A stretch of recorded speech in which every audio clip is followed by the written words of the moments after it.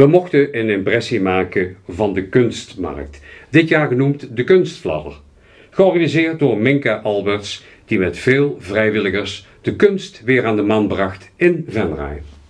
Het is een beetje het gevoel wat je hebt als je over zo'n kunstmarkt loopt.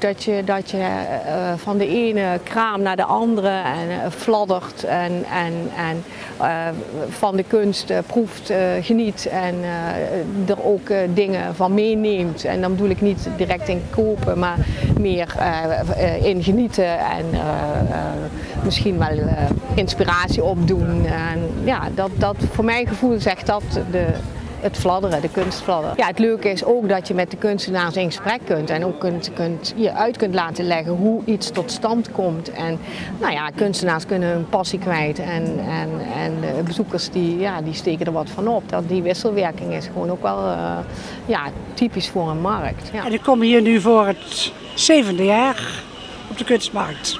Nee, het is dus keramiek, maar het is dus raku gestookt. Het is dus een hele oude Japanse techniek.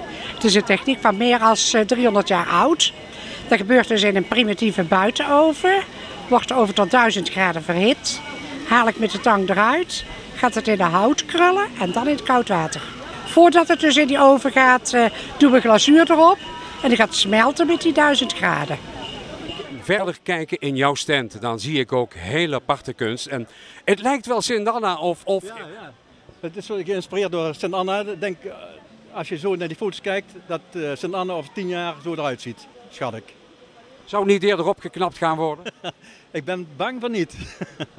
En dan zie ik een nieuwe vorm van kunst. Nou, als je dat eens eventjes zou willen verduidelijken, met kleuringen en dergelijke. Dat zijn meerpalen, die gebruiken ze dan als damwanden in de havens.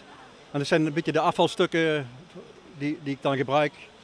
En die zijn dan met de boormachine doorgeboord en dan die structuur die gebruik ik weer als relief. En in mijn atelier ontstaan dus deze honden. Ze horen bij Claytown en dat is een fantasiedorpje wat ik heb gemaakt. En dit zijn de bewoners. En zij hebben vandaag dus de honden meegenomen, want die wilden ook wel eens op stap.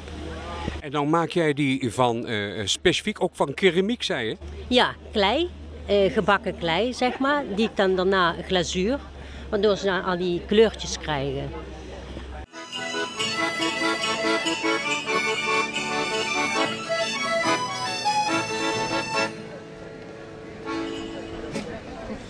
Geutefix. Wat betekent het eigenlijk? Geutefix is eigenlijk een dialectwoord. Mag ik die een dialect doen? Ja. Voor een straathond. De geut is de goot en de fix is een hond. En een goothond en een straathond en een straatjoekel. Ja. De wereld zal veranderen vannacht. Door ons en nog veranderen vannacht. Vannacht door een ieder die vanavond wil verdwalen in de stad. En de eerste kroeg de beste, want we hebben nog niks gehad. De wereld zal iets mooier zijn vannacht. Vannacht, vol roze geur en maneschijn vannacht. Vannacht, we vergeten het verleden en in het heden ligt een schans. En de eerste kroeg de beste, want we hebben nog niks gehad.